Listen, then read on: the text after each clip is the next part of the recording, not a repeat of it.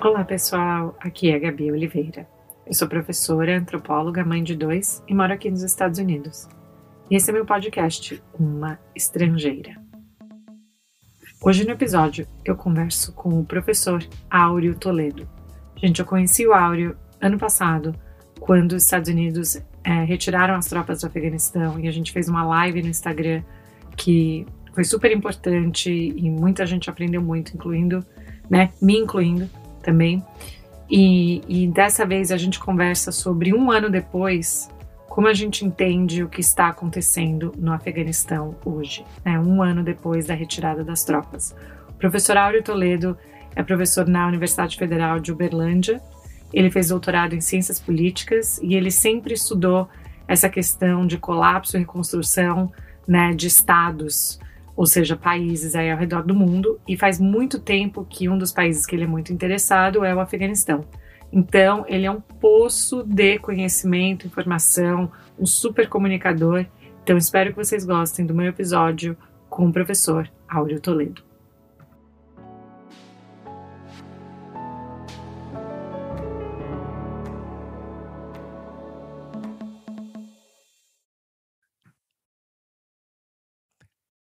Bom, Áureo, eu estou super feliz que você topou conversar comigo aqui no podcast. Gente, quem ainda não viu nossa live fantástica de um ano atrás tem que correr e ver, mas é um prazer ver você por aqui. Eu que agradeço, Gabi. Muito obrigado aí pelo carinho, pelo convite e, enfim, no que eu puder ajudar, estou à disposição aí. Então, primeiro, Áureo, fala para todo mundo qual que é a sua formação, o que você faz, você é professor, você dá aula, conta tudo para a gente, seu currículo, basicamente.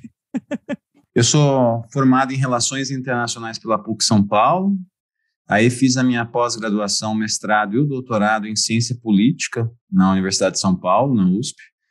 Depois disso, eu fiz um primeiro pós-doutorado na Universidade de Manchester, no Reino Unido. Isso foi em 2014.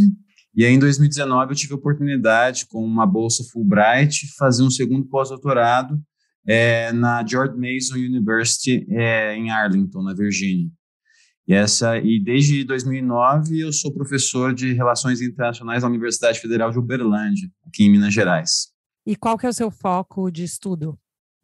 Basicamente, as minhas pesquisas, elas estão dentro do que na área de relações internacionais a gente chama o subcampo da segurança internacional.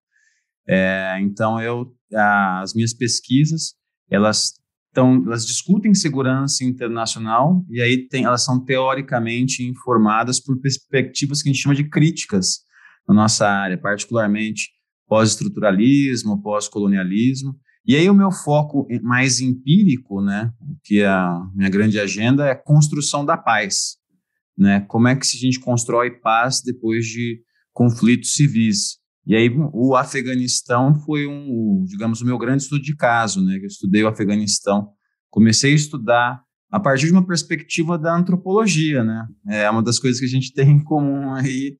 Mas eu comecei estudando o Afeganistão pela antropologia na iniciação científica, mas aí depois eu fui enveredando para segurança internacional. E por que acabou que você escolheu o Afeganistão como caso de estudo? Essa é uma questão que eu sempre retomo a ela assim, para ver como é que foi essa trajetória. Por que eu escolhi o Afeganistão, Isso tem muito a ver com o meu interesse Eu tive sempre um interesse pelo conflito israelo-palestino, pelo mundo muçulmano, pelo Oriente Médio. E eu me lembro que em 2001, um ano que eu ingressei na PUC em São Paulo, a gente teve lá, obviamente o grande evento de 2001 foram os atentados terroristas de 11 de setembro, mas no primeiro semestre de 2001, logo que eu ingressei na universidade, eu vi uma reportagem falando que os talibã no Afeganistão estavam bombardeando os Budas de Bamiyan, que são estátuas gigantescas, milenares, e eles estavam bombardeando, destruindo aquilo que, salvo engano, posso estar equivocado, mas é considerado patrimônio cultural da humanidade, algo nesse sentido. Aquilo me chamou muito a atenção.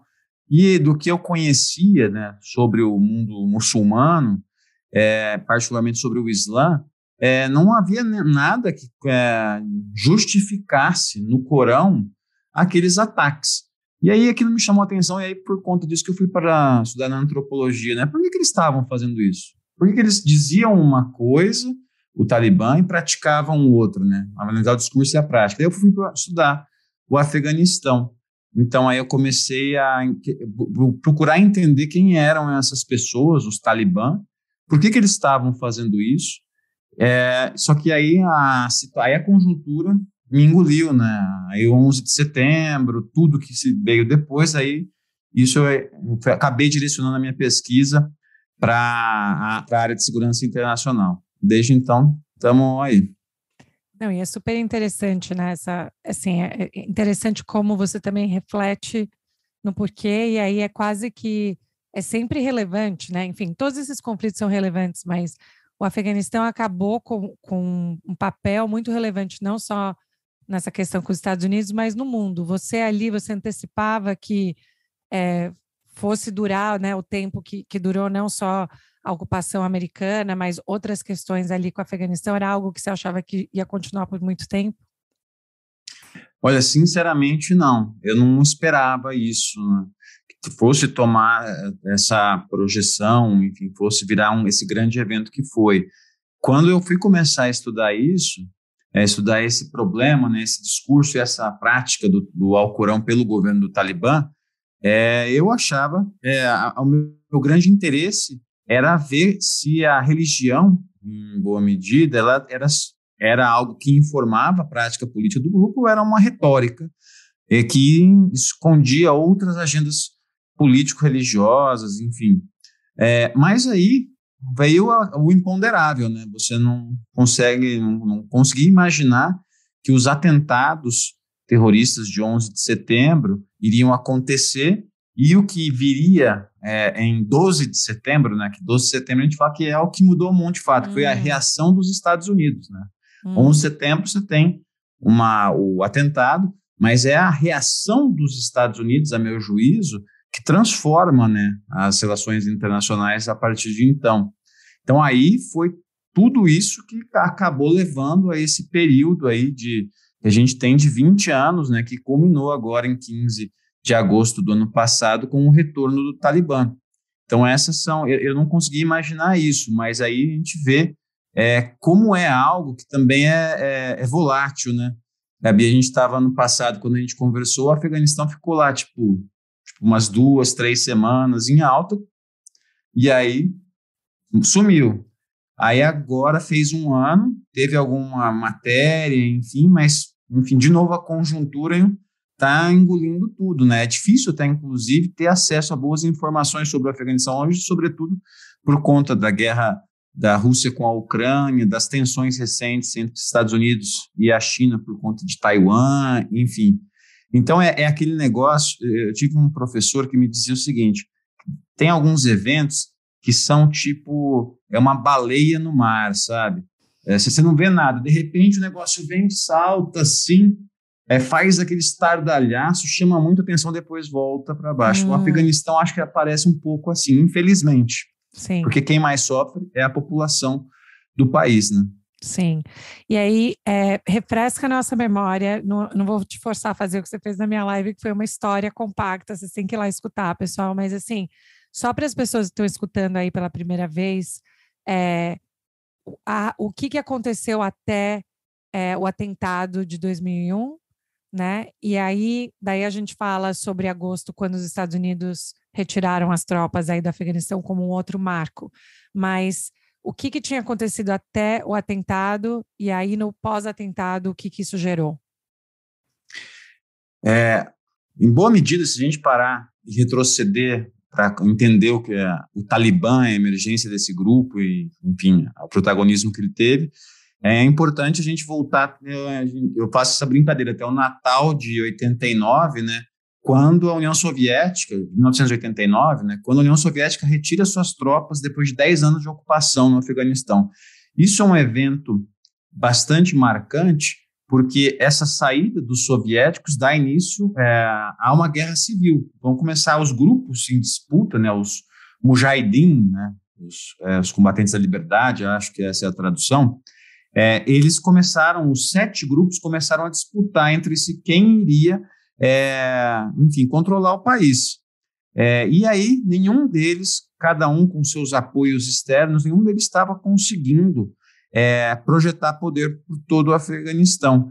E aí, a partir mais ou menos, então, de 1900, a Guerra Civil vai mais ou menos de 1992 a 96. A partir ali de 94, 95, começa a surgir os Talibã, né? O Talibã é o plural de talib, que é estudante, que eram estudantes religiosos, e esse grupo, à época, comandado pelo Mullah Mohammed Omar, ele começou a ter uma determinada projeção no seu entorno ali, ganhar respeito, porque dizia que um discurso religioso dizia que o problema do Afeganistão era que ele estava se afastando dos seus fundamentos, o país dos seus fundamentos religiosos, ele estava se afastando disso e precisava, então, ser reislamizado. Então, aí o Talibã, a lenda inicial, né, que o Talibã ganha a projeção quando um grupo de garotos eles são sequestrados por senhores da guerra, e aí o Talibã é chamado, né, eles vão até a madraça, né, o templo, a igreja assim, dos Talibã, procuram o Mullah Omar e falam, olha, as crianças foram sequestradas, o senhor pode fazer alguma coisa? Ele pega lá uns estudantes, acho que ele pega 30 estudantes dele, 16 rifles, vão até os senhores da guerra, matam todos e resgatam as crianças. E aí a população fica chama muito atenção disso, e aí esse apoio da população aí é importante, o apoio também externo, porque aí o Paquistão vê esse grupo, ele apoiava um outro grupo de um senhor da guerra, de um outro senhor da guerra. O Paquistão vê aquilo, olha, esses caras podem ter alguma chance de controlar o Afeganistão, e aí injeta dinheiro no Talibã, para o Talibã fazer o policiamento, né, a segurança dos comboios paquistaneses, enfim, para tentar sintetizar. A gente chega em 96, o Talibã toma o poder no Afeganistão, e aí de 96 a 2001 a gente tem o primeiro Emirado Islâmico do Afeganistão, né, em que o Talibã é o governo. E aí nesse período o Talibã apoia a Al-Qaeda, dá abrigo, enfim, cria uma série de relações que vão permitir então que os atentados terroristas de 11 de setembro possam partir dali, né? O Talibã não estava, ele deu a infraestrutura, os campos de treinamento, o espaço para o Bin Laden e para a Al-Qaeda poderem, enfim, pensar os atentados, e aí isso, enfim, as relações internacionais contemporâneas depois tiveram uma grande mudança depois desses atentados. Nossa, incrível como você consegue ser tão sucinto com isso. Os Estados Unidos, então, porque você falou 89, quando as pessoas da União Soviética saíram, mas os Estados Unidos, então, eles nunca também mandaram dinheiro ou deram fundos para o Talibã ou para o Mujahedin, para nada, para nenhum desses. Qual foi o papel dos Estados Unidos durante a Guerra Fria? Durante a Guerra Fria, os Estados Unidos têm um papel central ali. Os Estados Unidos, mediante a CIA e mediante outros países, né, ele financiou diversos desses grupos que se digladiavam pela guerra, durante o período de Guerra Civil, foram financiados e treinados pelos Estados Unidos. E então, quando os soviéticos saem do Afeganistão, fica esse grande dilema, né? Uma série de grupos foram armados e financiados. Vai se fazer o que agora com isso? Os Estados Unidos lavam as mãos, né? Agora eles que se virem. O que a gente queria, que era retirar os soviéticos, sangrar os soviéticos, a gente conseguiu. Tem até um filme que é muito legal, que é com o Tom Hanks e acho que é o Philip Seymour Hoffman. Eu me esqueci agora, depois eu posso te passar a referência. Mas ele fala justamente disso, né, do treinamento, né, do financiamento que os Estados Unidos deram para esses grupos e como depois, né, da saída dos soviéticos, os Estados Unidos abandonaram a o guerra Afeganistão. de Charlie Wilson, pode ser? Isso, tá. Perfeito. Charlie Wilson War, acho que uma coisa assim. Charlie Wilson's War, isso aí. Isso. Boa. Então, esse filme ilustra bem essa conjuntura. Chega o agente da CIA e fala, olha, agora a gente precisa fazer alguma coisa. Tipo, os soviéticos saíram, mas a gente tem que levar desenvolvimento, temos que ajudar o país.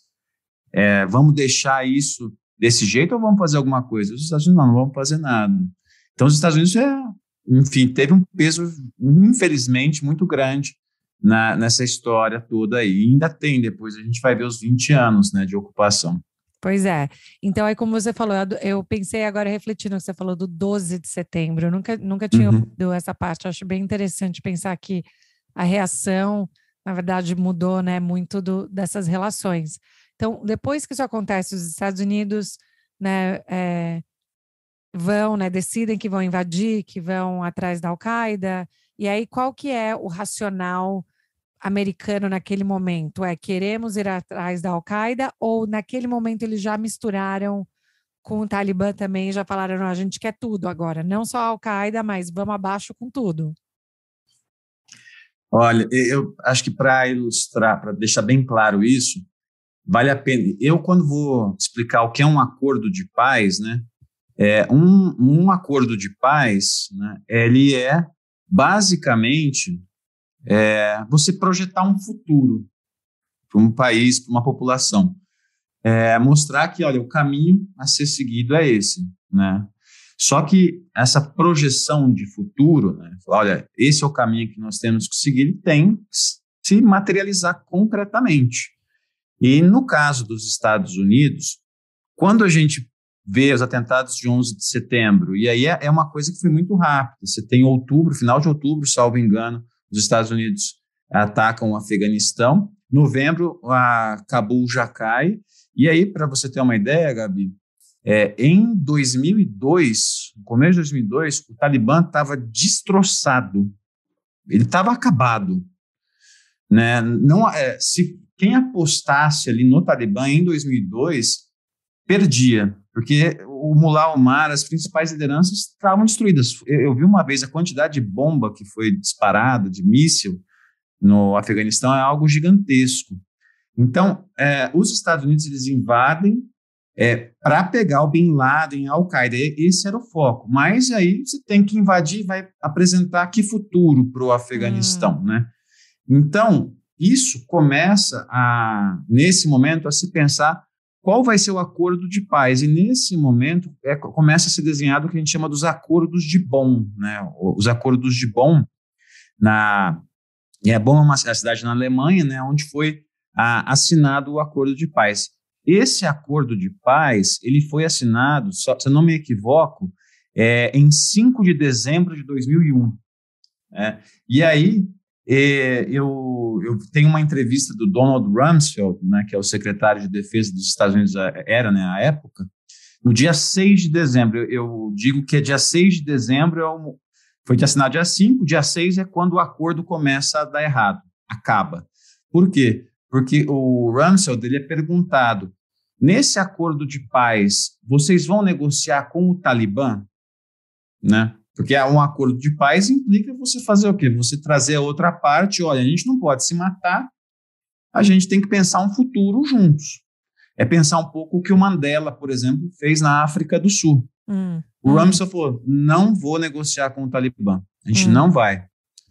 E o negociar com o Talibã não é só negociar com aquele grupo, mas é negociar, aquele grupo, em alguma medida, representava os Pashtun, que era a principal etnia do país. Então, naquele momento, o acordo de Bonn traçou uma linha, assim, muito, a meu juízo, equivocada. Falou assim, olha, vocês estão fora. Quem apoia o Talibã está fora. E não é só o grupo Talibã, mas é toda aquela população que era representada. Então, essa exclusão política, a meu juízo, foi um dos grandes pecados que o acordo de Bonn produziu. Porque você não falou para a população, olha, a despeito de a gente ter sido inimigo esse período todo, agora a gente vai construir um futuro juntos. Não, vocês estão excluídos. E uma outra exclusão importante que os Estados Unidos cometeram foram a exclusão de atores regionais. O Paquistão não foi devidamente trazido para essas discussões. O Irã também ficou de fora. Então, em boa medida, você excluiu os vizinhos. Os Estados Unidos saíram, né? Mas os vizinhos vão ficar, é geografia. Vai ficar. E aí se criou todas as condições para que a insurgência do Talibã, e um Talibã destroçado, quando eu digo destroçado, ele não tinha recurso para nada. Ele começou a se reorganizar. Para você ter uma ideia, isso é 2002, 2004 já o Paquistão chega e já mete 20 milhões de dólares no Talibã para reorganizar o grupo, porque os Estados Unidos, ao não trazer o Paquistão para uma posição mais protagônica, e tendo os Estados Unidos como aliado à Índia, para o Paquistão era ruim, né? Ver uma Índia na região empoderada com os Estados Unidos e ele de fora ali. Então, você cria uma série de problemas que aí você vê, os Estados Unidos militarizaram, queriam buscar a Al-Qaeda e o Bin Laden e, ao mesmo tempo, excluíram essa série de atores muito importantes. Então, infelizmente, o acordo de paz de Bonn, esse futuro que precisava ser construído, foi um futuro extremamente fraturado no nascimento já. Nascimento. Uau! Eu também não sabia dessa parte. Nossa Senhora, é muita coisa. E aí, então, quando a gente pensa que isso, então, meio que já não ia dar certo do jeito que foi estabelecido, um desequilíbrio muito grande, né, entre poderes e quem, especialmente com os Estados Unidos ali, com a presença americana. E uma das coisas que a gente sempre fala aqui nos Estados Unidos é como isso virou parte meio que do DNA, da identidade americana, ter tropas, né, ter essa ocupação nem só no Afeganistão, mas aí então no Iraque, né, também. Então, como que você vê essa questão de não ser algo para um governo específico americano, né? Não é que é só do Bush, ou só do Obama, ou só do Trump, ou só do Biden, mas era algo que ficou na identidade americana e talvez uma questão muito difícil para eles se desvencilharem, porque era tão parte, né, da identidade deles ter tropas nesses lugares. Esse é um ponto extremamente importante, porque aí a gente pode trazer para a discussão uma ideia, né, um conceito que é o conceito de economia de guerra. Né? Infelizmente, uma parte significativa da economia norte-americana, do complexo industrial militar dos Estados Unidos, depende dessas guerras que os Estados Unidos fazem, né? No mundo todo. Outro dia eu estava vendo um filme que me chamou muito a atenção, me deu um insight assim, que eu não tinha parado de pensar. Chama Cães de Guerra, do Oliver... não é do Oliver Stone, enfim, mas chama Cães de Guerra. Tá. E aí ele começa o filme com a imagem de um soldado americano, e aí perguntando, quanto você acha que custa para montar um soldado americano? E aí ele começa a fazer as contas e montar um soldado, né, capacete, a arma, enfim, tudo isso, custa aproximadamente, no filme, estava dizendo $17 mil, um soldado. Aí eu fui checar, será que é isso mesmo? Né? Aquilo me chamou muito a atenção. E aí fui atrás e, de fato, era isso. Em 2014, 15, você equipar todo um soldado com a vestimenta, com as armas, custava isso. E pra você ter uma noção comparativa, um soldado chinês, aí eu fui falar, mas quanto que um outro exército custa, né? E aí o exército chinês, cada soldado custa mais ou menos $1.500, sendo que 700 é o rifle. Então isso movimenta muito a economia. A gente vê agora, né, que não à toa na guerra russo-ucraniana, teve a guerra logo em seguida, as ações acho que é a Lockheed Martin, se eu não me engano, que é uma empresa de armas dos Estados Unidos, as ações dela já dispararam logo depois do conflito começar, porque os Estados Unidos sabiam que iam precisar vender armas. Estou te dizendo tudo isso para mostrar que essa ideia, né, enfim, dos Estados Unidos terem guerras a lutar, enfim, além de estar no imaginário, move uma economia política do país, que, a meu juízo, ela não é nem republicana nem democrata, né? Ela é do governo, né? Quem está no governo.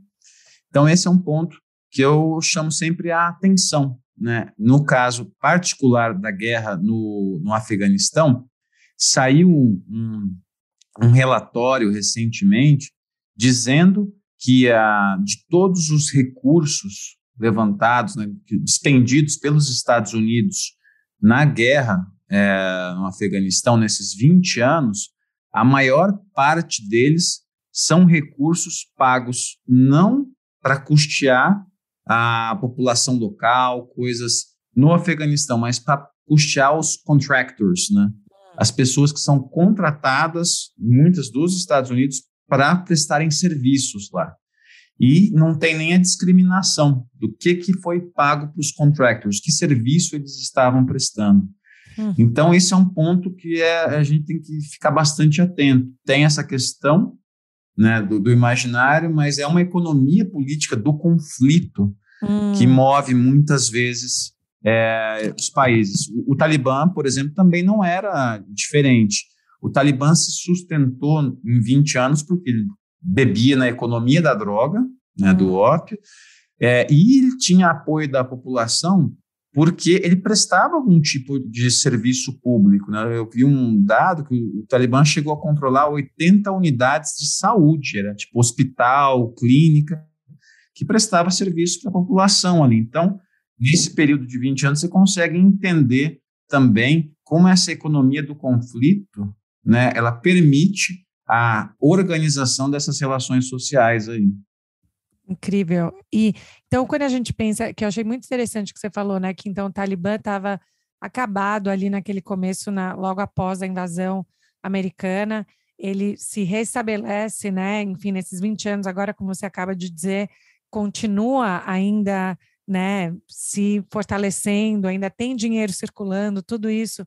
E aí, quando acontece, enquanto os Estados Unidos estão lá, qual é a relação das tropas americanas no Afeganistão com o Talibã durante essas décadas? Porque eu acho que muita gente fala dessa surpresa, né, da retirada de tropas em 2021.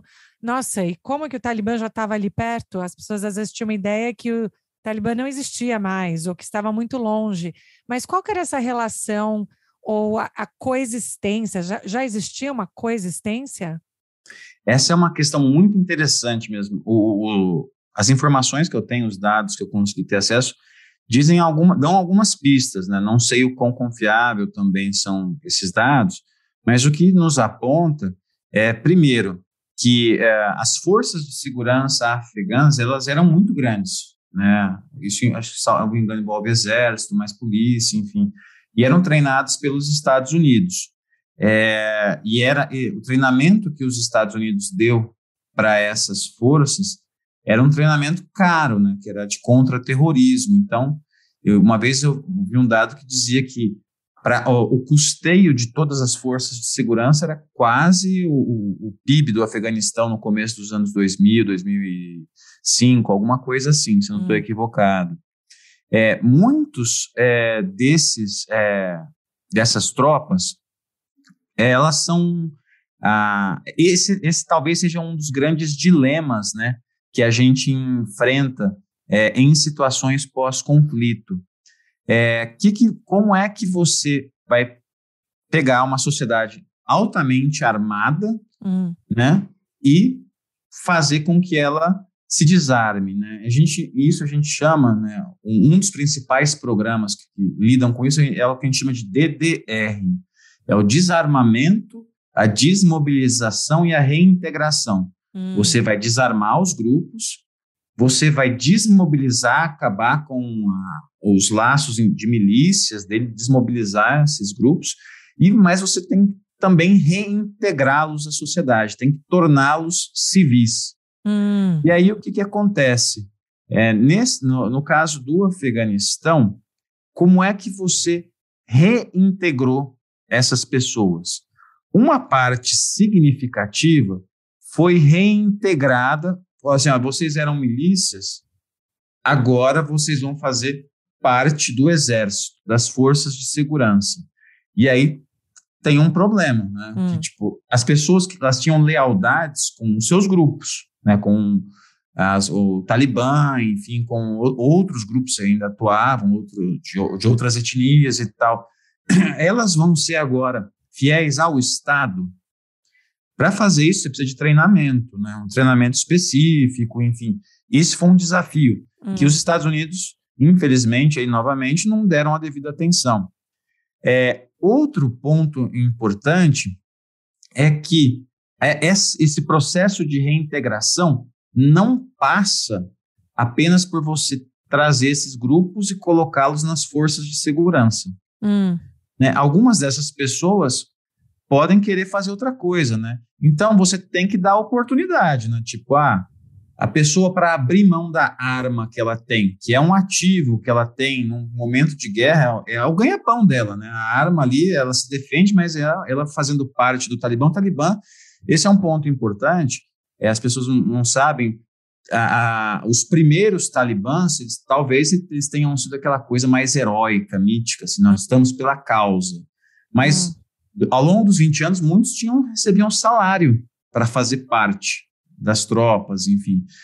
Então, se você não oferece o futuro, né? Tipo, olha, você vai trabalhar no comércio, você vai na agricultura, no serviço, esses caras não têm incentivo nenhum para abrir mão das armas.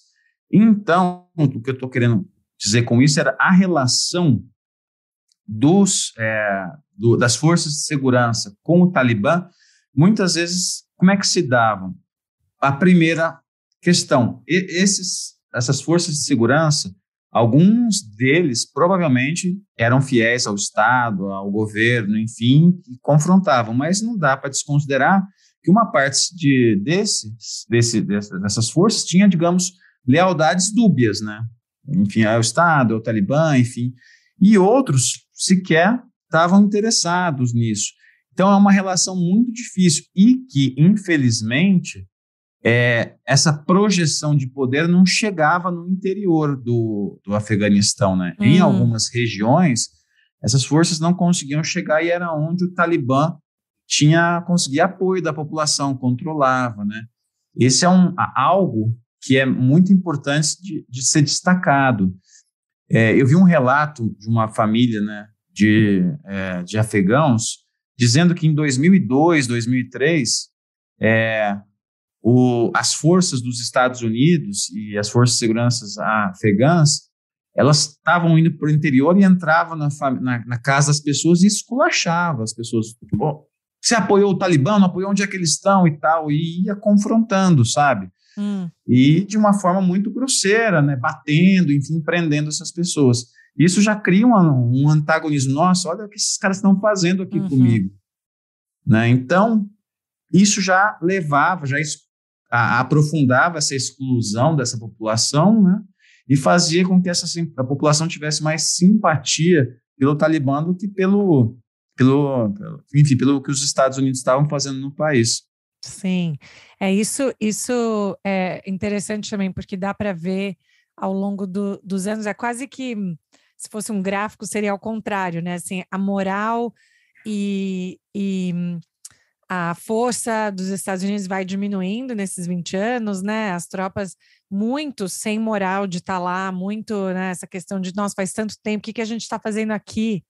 Né? E o outro lado é o Talibã ganhando mais e mais força durante esses 20 anos, né? Então, eu acho interessante esse cruzamento, assim, dos Estados Unidos meio que vai deteriorando ali a força, diminuindo até a quantidade de tropas lá, né? Vai saindo, cada ano vai saindo mais, e o Talibã também ganhando, se recuperando depois de ter sido ali destroçado, como você falou lá em 2002, né? E aí o que leva a gente então, a retirada do que aconteceu, né? A retirada das tropas em 2021, que foi criticada por todos os lados, né? Acho que não teve ninguém que falou que foi feito da maneira certa. Então, assim, a sensação é que muita gente apoiou a retirada, mas ninguém, eu acho que concordou com a maneira que foi feita. E qual que tinha outra maneira de ter sido feita? Olhando para trás, sempre tem, né? Mas eu acho que com um ano de análise, quando a gente olha o espetáculo que foi formado, quais coisas que os Estados Unidos poderiam ter feito de outra maneira, talvez? Olhando assim com um ano, né, agora já do que aconteceu, eu acho que teve alguns erros crassos, que teve diversos erros, mas acho que um que me chama muita atenção ocorreu ainda durante o governo Trump. Quando o Trump começa a negociação com o Talibã, e aí o Trump já... Eu não entendi. Isso é uma coisa que é difícil de compreender, né? Acho que o Obama, o Trump, o Biden, todos eles queriam sair logo do Afeganistão. E aí, na negociação, o Trump já de cara fala: olha, eu me comprometo a tirar todas as tropas do Afeganistão se vocês começarem a negociar com o governo do Ashraf Ghani, né? Então ele já deu muita coisa assim no início da negociação. Olha, eu tiro as tropas, vocês precisam começar o acordo de paz com o governo afegão. E aí, hoje, né, vendo a documentação, os dados que saíram, a gente vê que o Talibã foi, a meu juízo, bastante hábil para fazer essa negociação.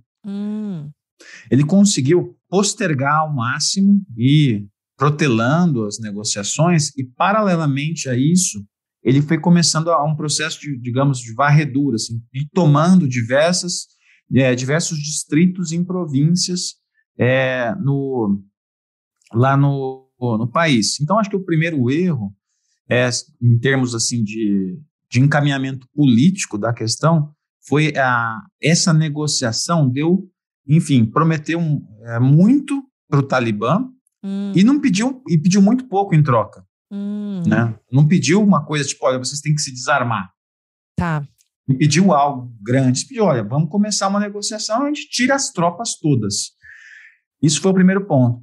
Um segundo ponto, e aí já mais específico, quando o Biden entra e vai avançar toda essa discussão sobre a retirada das tropas, a meu juízo, ali foi uma série de atropelos, né? Um atrás do outro. O primeiro, que eu sempre chamo a atenção, eu comecei, né, com a brincadeira, né, os soviéticos, para entender, a gente volta para o Natal de 89. Né?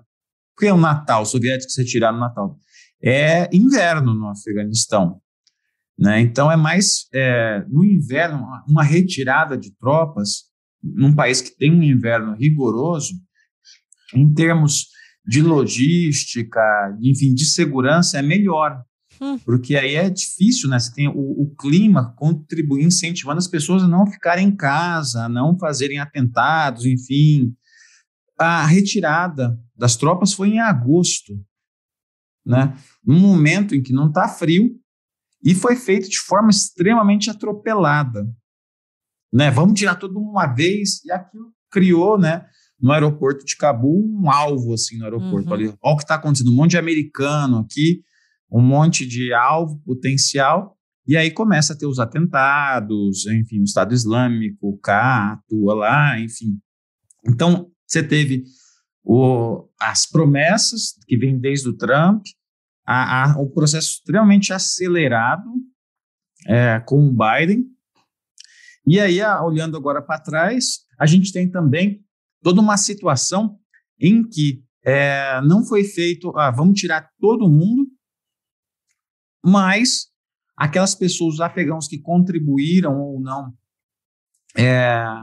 com o governo dos Estados Unidos durante esse período, esses a gente vai tentar. Se der, ótimo. Se não der, paciência. Isso levou um monte de gente a ficar para trás.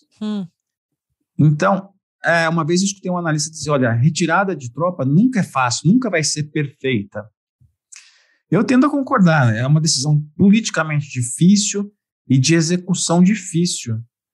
Mas havia um histórico, né, já no Afeganistão, os soviéticos, o processo de retirada de tropas também não foi perfeito. Só que, em boa medida, foi feito no inverno, teve mais tempo para o começo da retirada das tropas, enfim. Então, essa série de coisas, dessas movimentações, a meu juízo, foi responsável por mortes desnecessárias e consequências humanitárias que a gente está vendo até hoje. Né? Só pensar no número de refugiados, por exemplo, de pessoas querendo sair do Afeganistão. Sim. E aí o que a gente vê, né, o que é interessante é que quando aconteceu a retirada, o Talibã se manifestou, né, falando: a gente não vai ser como a gente era antes, a gente está num novo momento. E aí muitos analistas falaram: que momento é esse? Quanto tempo vai durar? Será que é só para garantir que realmente as tropas, nem só as tropas americanas, mas as britânicas, né, as outras nacionalidades que também estavam, que fossem embora e que não voltassem? E aí, um ano depois, acho que especificamente o que tem sido muito falado aqui na mídia americana, se cobre muito especificamente a questão, por exemplo, da educação das meninas, né?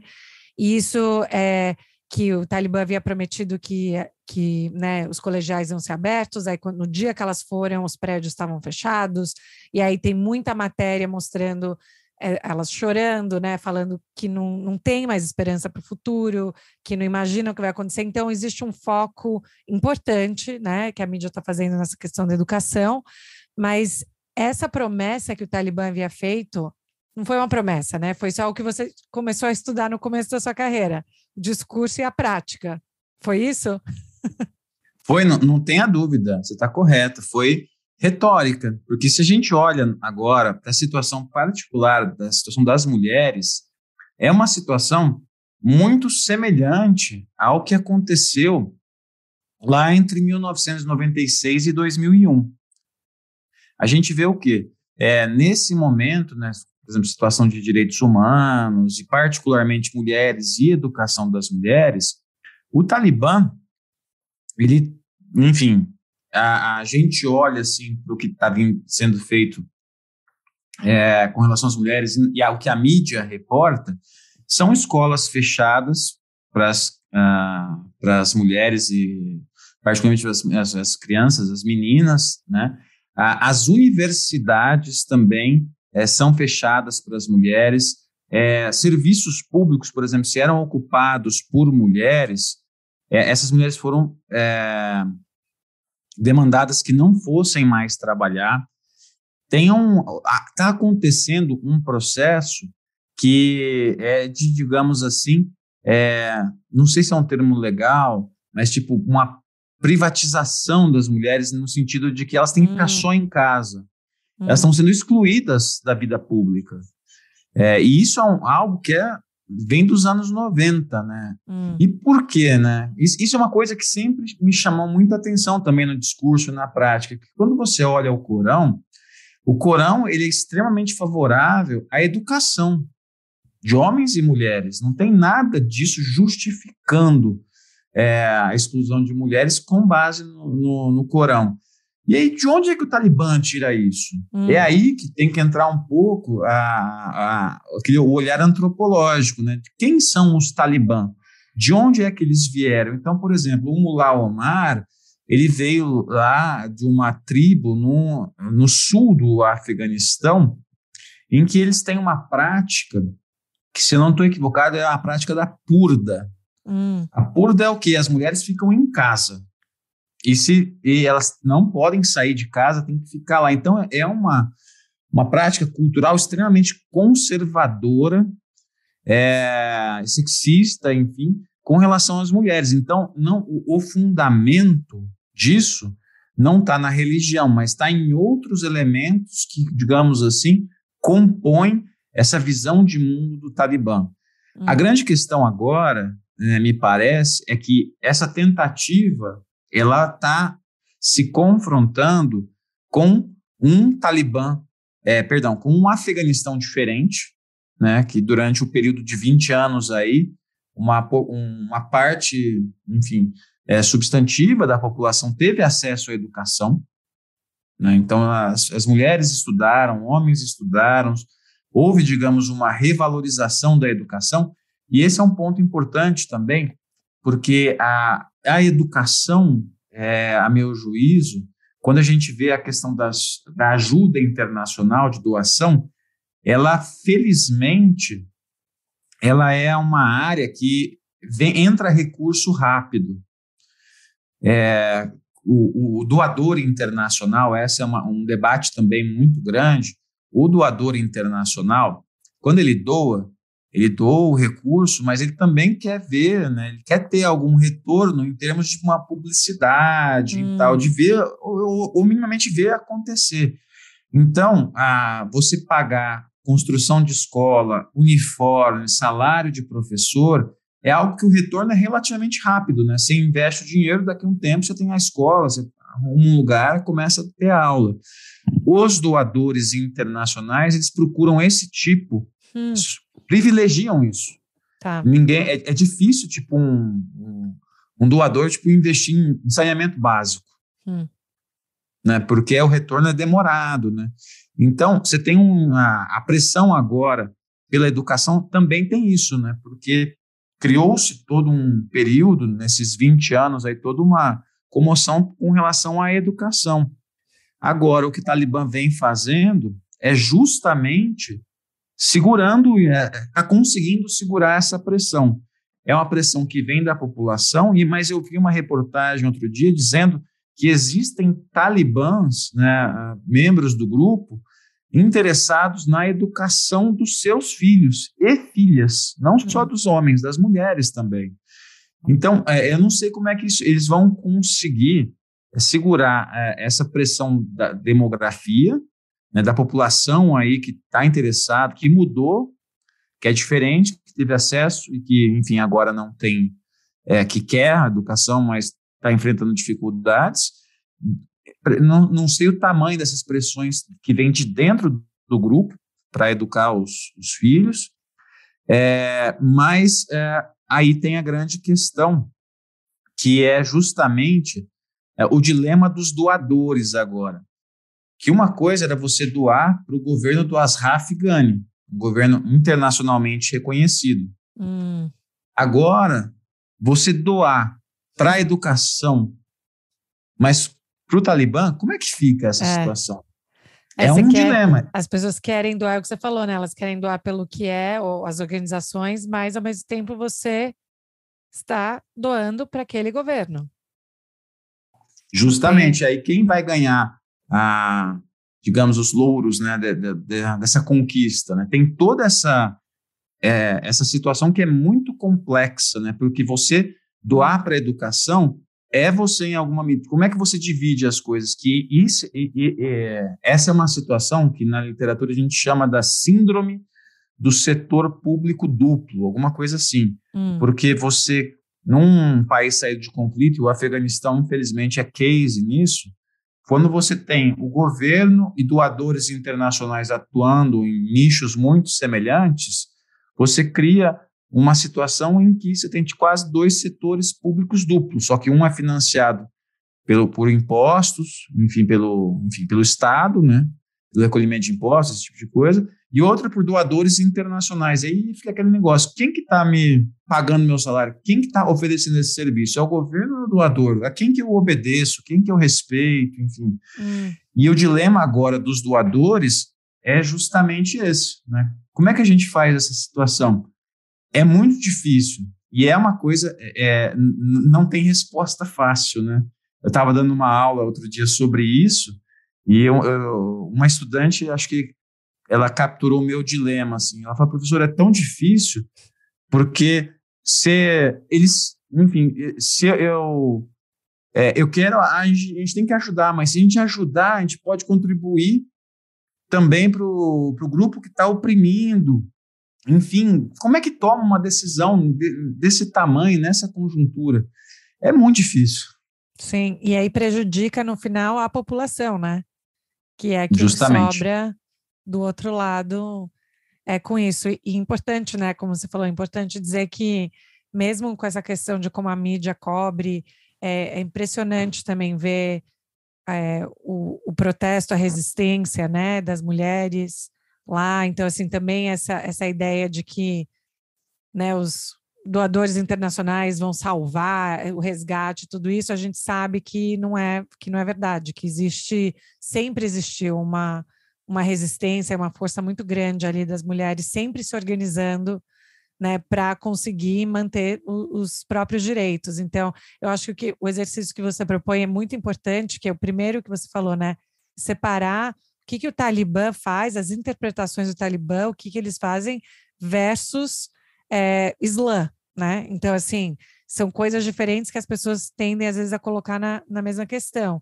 E também desmistificar um pouco essa ideia de que, às vezes, a mídia cobre um pedaço, que tem muito a ver com uma agenda internacional de doadores e tudo isso, e não ali a parte completa, né, de como as pessoas estão vivendo. Ah, não tenha dúvida. E tem algumas coisas, acho que agravam ainda mais a situação. Por exemplo, eu achei um equívoco muito grande o congelamento dos recursos do governo do Afeganistão, que estavam nos Estados Unidos. Eles estão congelados, eram algo em torno de 9 bilhões de dólares, mas estão congelados e que o Talibã não tem acesso. Mas ia financiar o Talibã, mas o país, naquele momento, ele ia passar por uma crise. Olha, a gente tinha a quantidade de crise, a crise de segurança, né? O Estado Islâmico agora começando a passar por ali, enfim, tudo isso. A crise política, essa transição de governo, as implicações disso.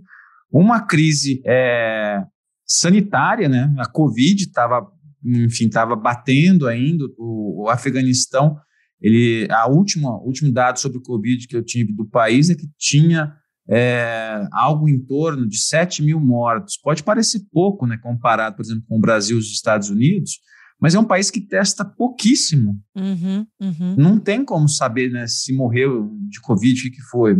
Mas estava a crise sanitária, a crise migratória, né, o pessoal fugindo, enfim, tudo isso. E a crise e a insegurança alimentar. Então, era uma tempestade perfeita ali, que estava se desdobrando. Eu vi uma foto que me chocou muito no final do ano, que era um mercado de madeira em Cabul, em que os caras vendiam madeira para as pessoas fazerem fogueira para enfrentar o inverno que estava chegando. Então, essa decisão de você congelar os recursos do país, né, eram do país, e o Biden, vou congelar para dar para as vítimas do 11 de setembro. Para mim não tem cabimento isso, porque a população afegã ia sofrer e o Afeganistão, o governo afegão, do Ghani, ele não tinha vinculação nenhuma com o apoio que o Talibã deu para a Al-Qaeda durante o 11 de setembro. Então, isso foi uma decisão muito ruim, né? Então, a gente vê agora toda essa situação bastante complexa, em que eu particularmente temo muito ainda pelo futuro do Afeganistão, numa circunstância em que está cada vez ficando mais difícil, né, você ter acesso a informações, por conta, enfim, o Talibã sendo engolido aí pela conjuntura, guerra na Ucrânia, enfim, as grandes potências, enfim. Esse é um problema muito sério. E também, um outro ponto que eu acho que vale chamar a atenção é que agora, com a saída dos Estados Unidos, o antagonismo dos Estados Unidos agora com Rússia e com China, isso vai fazer, a meu juízo, não cria nenhum incentivo para que essas potências, Rússia e China, forcem o Talibã a se moderar. Não vejo incentivo, já estão... A única coisa que talvez poderia fazer com que o Talibã voltasse a se moderar seria uma pressão desses países, porque esses países... A China, por exemplo, tem relações com o Talibã desde 2010, isso está documentado. E poderia ser um ator importante ali, né? A China tem um projeto, né, o Cinturão em Rota, né, que é a Rota da Seda Moderna, enfim, tem uma parte importante que passa pelo Afeganistão. Mas eu não vejo, assim, saída nesse momento, não. Eu acho que o que pode acontecer, a meu juízo, é o Afeganistão virar algo, digamos, como a Arábia Saudita.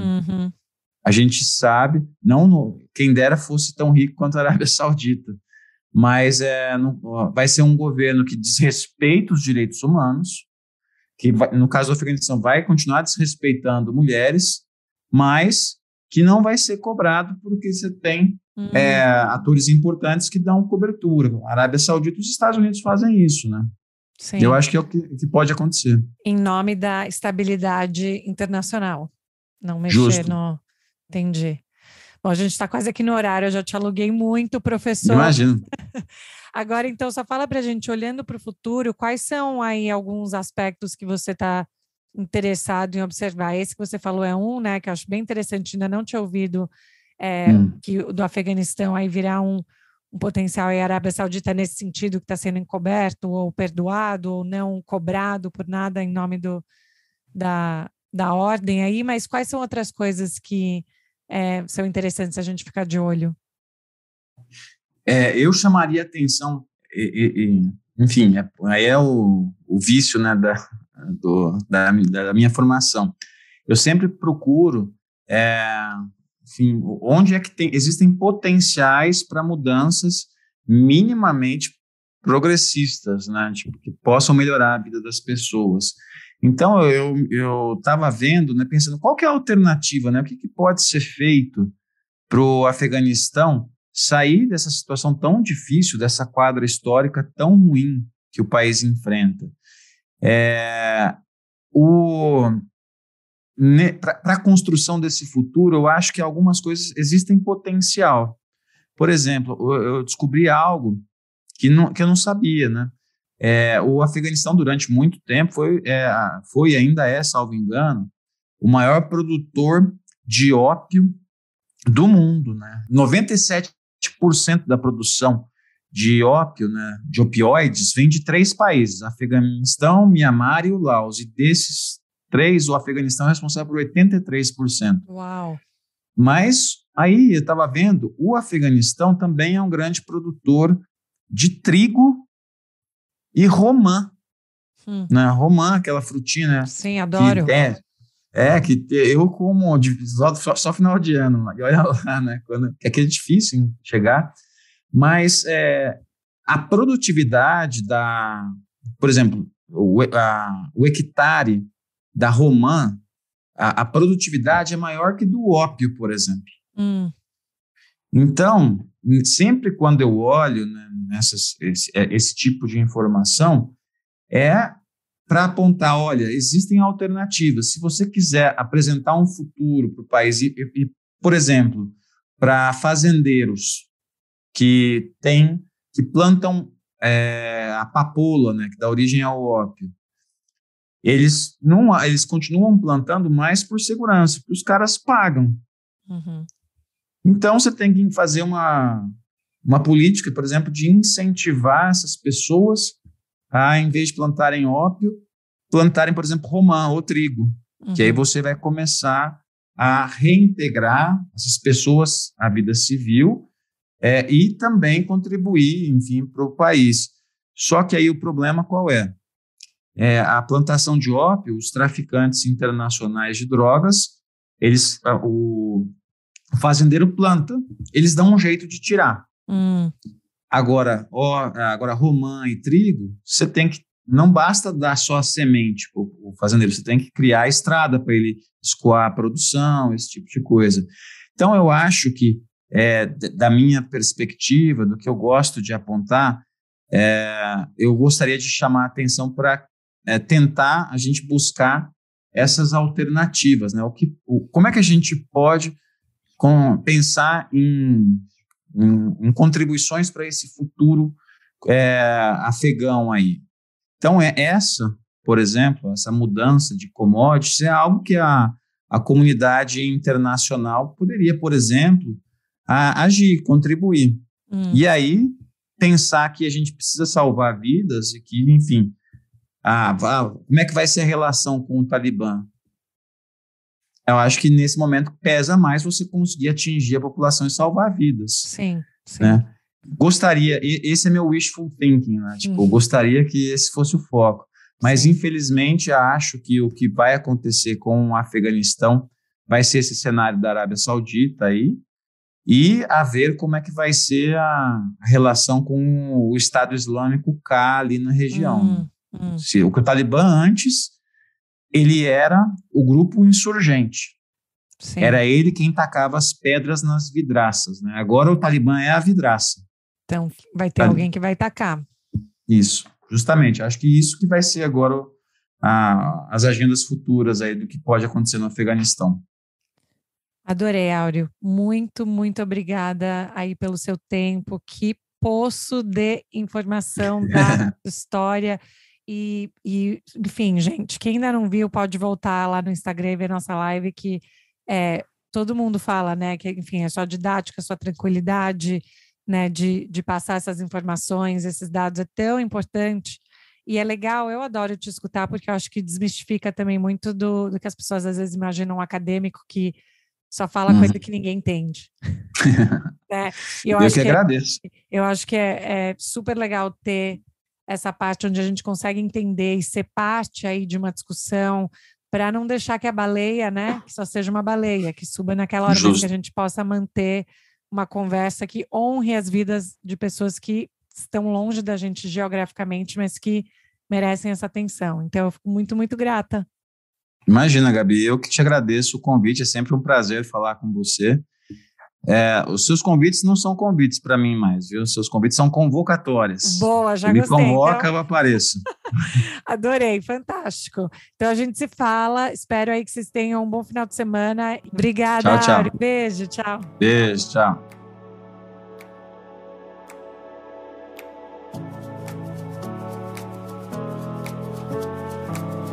E aí, pessoal, gostaram? Como eu falei, esse foi um episódio especial, porque foi um ano depois, né, da retirada das tropas americanas do Afeganistão. Por muito tempo, aí, né, a gente viu como a retirada das tropas chamou a atenção no mundo inteiro um ano atrás, e depois a gente parou, né, um pouco de prestar atenção, porque outras coisas também aconteceram. E o Áureo fala muito também sobre isso, né? Sobre essa questão de o que vem acontecendo aí nesse último ano. Eu adorei essa conversa, eu aprendi demais, espero que vocês também tenham aprendido. Sigam o Áureo lá no Twitter e também no Instagram, porque ele está sempre postando coisas aí super interessantes. Como sempre, vão no nosso Instagram, Estrangeira Podcast, ou mandem um e-mail pra gente no estrangeirapodcast@gmail.com. Tá legal, pessoal? Obrigada, boa semana!